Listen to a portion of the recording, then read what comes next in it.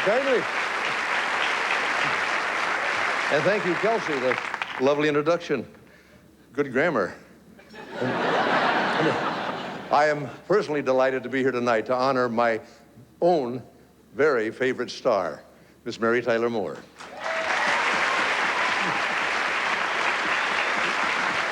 And at the same time, I'd like to put to rest, once and for all, the rumors, the innuendo, the gossip, and the just plain trash that's been floating around about this woman for years.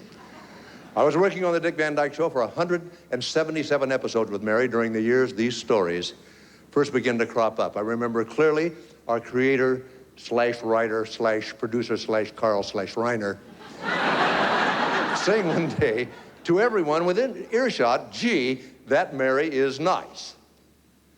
Gee, that Mary is nice. Is there any phrase in the English language calculated to ruin a career like that one? But I'm here tonight to tell you that Carl Reiner was wrong about Mary all those years ago. Mary's bright, she's funny, she's charming, she's generous, she's delightful, witty, hilarious, uplifting, and cheerful. But nice? Never. She is the nicest person I have ever met in my life, and you can go sell that rumor to hard copy if you like.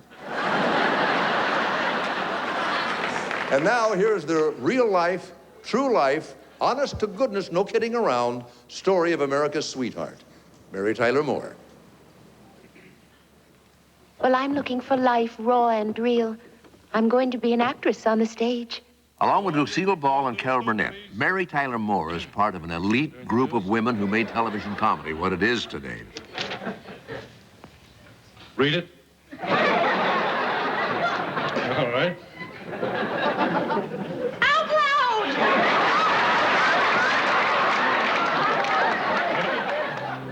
loud! Growing up in Southern California, Mary knew very early on she wanted to be a performer. Trained as a dancer, Mary first found work in commercials. I'm Happy Housewife. Mary has relied on these dancing skills throughout her acting career, whether to inform specific roles or to help her develop her unique brand of physical comedy. Hey, come on, baby. Let's you and I go dance. I don't know, Millie.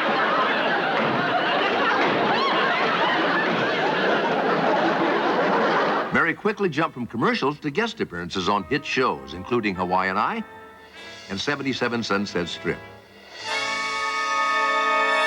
Soon, she earned her first starring role as housewife Laura Petrie on the Dick Van Dyke Show, eventually winning 2 Emmys. It was here that her true talent emerged, the ability to combine wholesomeness and purity with a touch of mischievousness. Yes. Would it make you happy if I burned them? Is that what you want? You just say the word, dear, and I will burn them. Burn them. No, sir, not if you're going to take that out. And of course, Laura's famous phrase, Oh, Rob! Oh, Rob! Oh, Rob! Oh, Rob! Oh, Rob! Oh, Rob! Oh, Rob! Oh, Rob! Oh, Rob! Oh, Rob! Oh, Rob. as Mary branched out to the big screen, she revealed more and different facets of her talent. Bitch! Everything from playfulness to holiness, from romance to tragedy. In her Golden Globe winning and Academy Award nominated performance in Ordinary People, Mary showed extreme restraint as the mother of a family ripped apart by the death of a son. I don't want to see any doctors or counselors. I'm me. This is my family. And if we have problems, then we will solve those problems in the privacy of our own home, not by running to some kind of specialist every time something goes wrong. But Mary's most recognized work was with an ensemble cast known as the Mary Tyler Moore Show. Where Laura Petrie was the perfect 60s housewife, Mary Richard was the perfect liberated career woman of the 70s. Independent, yet vulnerable, worldly, yet naive. She had the conviction of character to stand up for what she believed in, combined with a willingness to back down at any moment.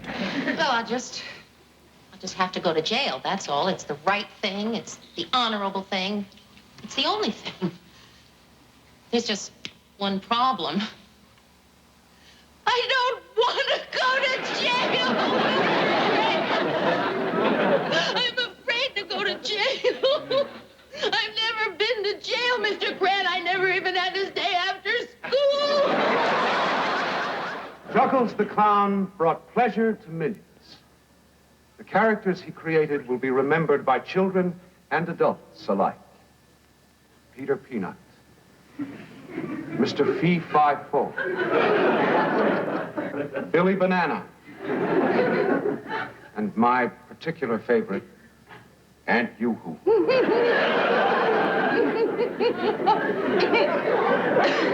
And not just for the laughter that they provided. There was always some deeper meaning to whatever Chuckles did.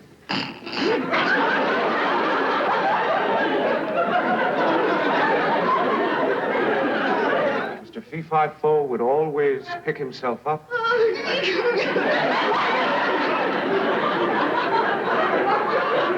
Dust himself off and say, I hurt my poo-poo.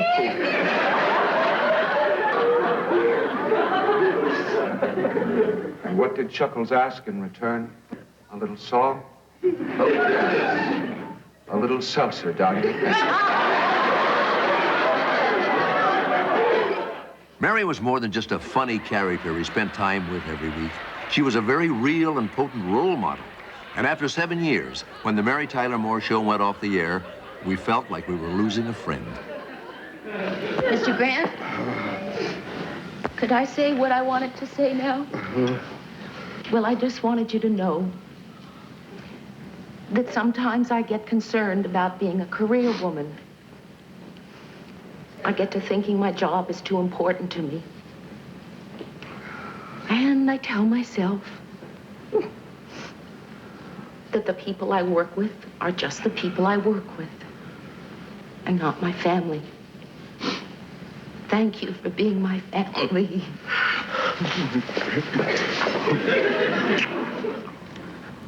Now for the hard part. How do we leave this room?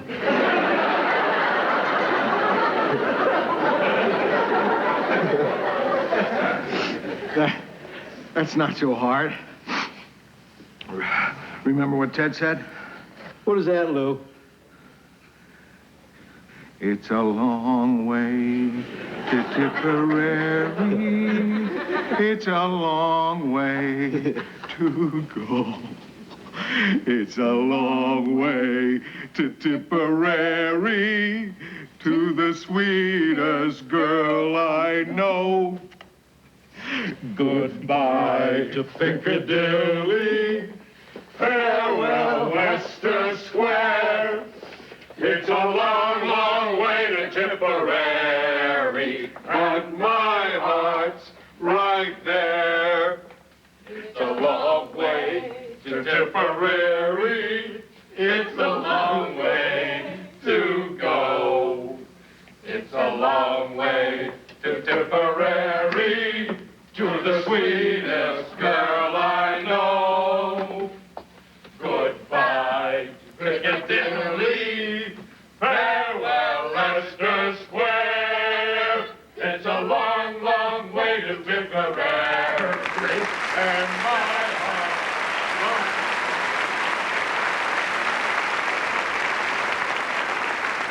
For all the reasons you've just seen, and thousands more, we're proud to induct into the Comedy Hall of Fame the very nice Miss Mary Tyler Moore.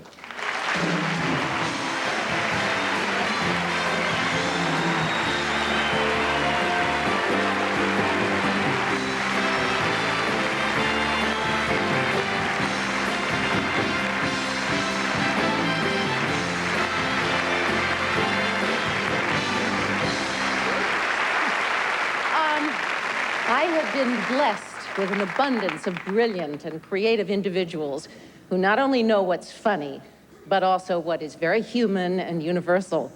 Carl Reiner, who dreamed up the characters and the situations for the Dick Van Dyke Show.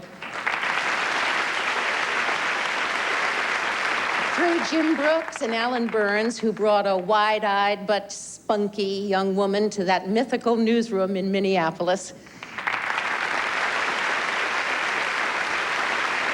And the are brilliant actors like Ed Asner, Gavin MacLeod, and Ted Knight, who became Ted Baxter to millions of viewers through his unflinching examination of ineptitude. Valerie Harper and Betty White, Cloris Leachman, who added needed spice to the sugary confection that I was representing, and of course, my dearest buddy, Dick Van Dyke.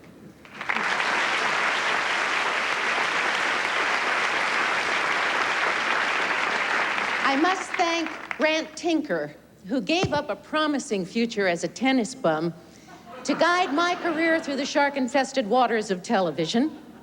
And a final thanks must go to the viewers who directly and remotely control the destiny of every performer.